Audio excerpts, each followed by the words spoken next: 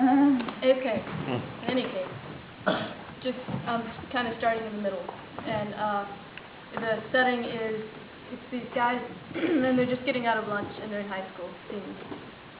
Okay. The period was almost over, so Ben and I got up and put our trays onto the conveyor belt, the very same one that Chuck Parson had thrown me onto freshman year, sending me into the terrifying netherworld of Winter Park's dishwashing course. We walked over to Radar's locker and were standing there when he raced up just after the first bell. I decided during government that I would actually, literally, inappropriate act if it meant I could skip that class for the rest of the semester, he said. You can learn a lot about government from inappropriate act, I said. Hey, speaking of reasons you wish you had fourth period lunch, we just dined with Angela. Ben smirked at Radar and said, yeah, she wants to know why she's never been over to your house. Radar exhaled a long breath as he spun the combination to open his locker.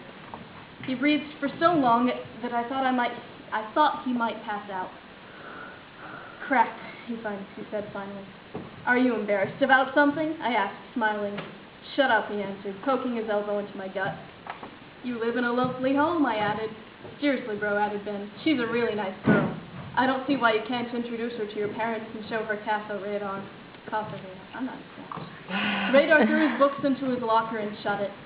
The din of conversation around us quieted just a bit as he turned his eyes toward the heavens and shouted, "It is not my fault that my parents own the world's largest collection of black Santas." I've heard Radar say the world's largest collection of black Santas perhaps 1,000 times in my life, and it never became any less funny to me. But he wasn't kidding. I remember the first time I visited. I was maybe 13.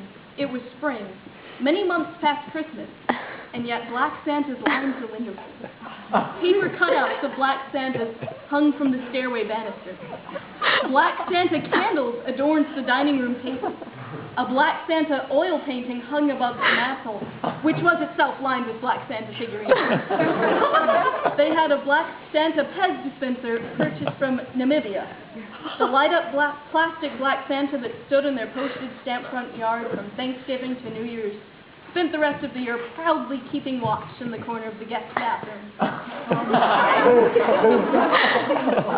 A bathroom with homemade black Santa wallpaper created with paint and a Santa-shaped sponge. In every room, save Radar's, their home was awash in black Santadom. Plaster and plastic and marble and clay and wood and raisin and cloth. In total, Radar's parents owned more than 1,200 black Santas of various sorts. As a plaque beside their front door proudly proclaimed, Radar's house was an officially registered Santa landmark, according to the Society for Christmas. You just gotta tell her, man, I said. You just gotta say, Angela, I really like you, but there's something you need to know. When we go to my house and hook up, we'll be watched by the 2,400 eyes of 1,200 black Santas. Radar ran his hand through his buzz cut and shook his head.